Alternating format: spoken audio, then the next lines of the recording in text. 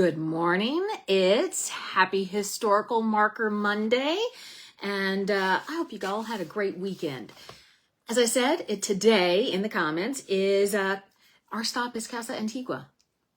I know you've walked by this place, and I think you know the history of this place, but it's got some really cool stuff that's happened here. Like I've said all along, those little markers that you see throughout Key West, stop, read them. There's a lot of history in Key West, and that's part of the reason I go to Key West. But I'm Michele with FunInKeyWest.com, and so today we are exploring the history of this place over on Simonton Street. It's a cool little funky place. It looks almost out of place in on the street because it's browns and it's got this Spanish flair, but this building has a lot of history. And so it was built in 1919 by two gentlemen, Benjamin Trevor and George Morris. And they built it to be the Trevmore, thus the names, Trevmore Hotel. And it was one of the first hotels in Key West.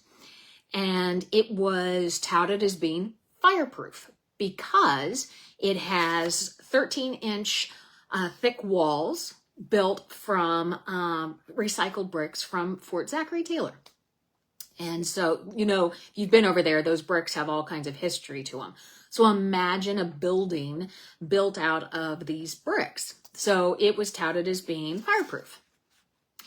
So it's what we call today a mixed use building. So it had commercial on the first floor, and then the second and third floors all had rooms to rent because it was the hotel. So at its peak, it had 46 rooms. And on the first floor, think about it, it had the Ford dealership. And so historically, we know the story about in 1928, Ernest Hemingway and his wife Pauline show up in Key West to pick up their car from the Ford dealership. Well, it's not ready. Imagine that.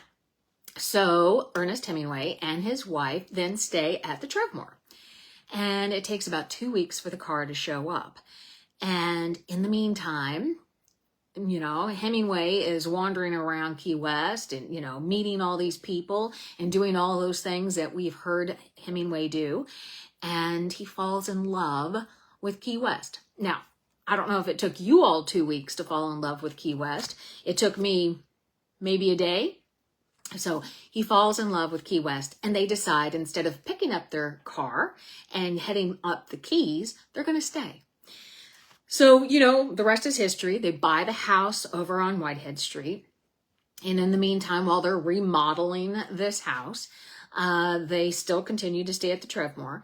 And Farewell to Arms, if any of you had to read it in high school, that book was finished while he stayed at the hotel.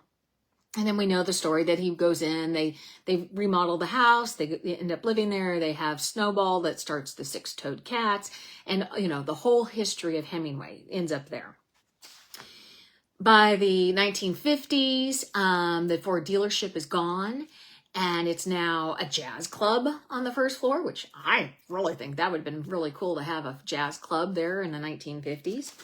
And then it then was succumbed to a fire. The building didn't come down, but the inside was burned.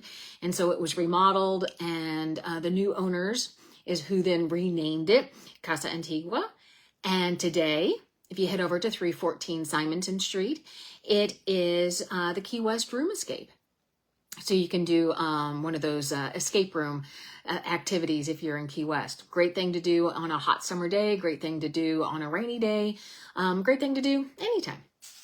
So I'm Michele with Fun in Key West, and this is what we do on Mondays as we check in on these historic markers and give you a little bit of insights on that. So as you're walking through the streets of Key West, you know a little bit more about the history and the people that make Key West, Key West. In the meantime, you all have a great Monday, and we will talk to you tomorrow. It's going to be Tasty Tuesday. What should we talk about? We're going to talk about food.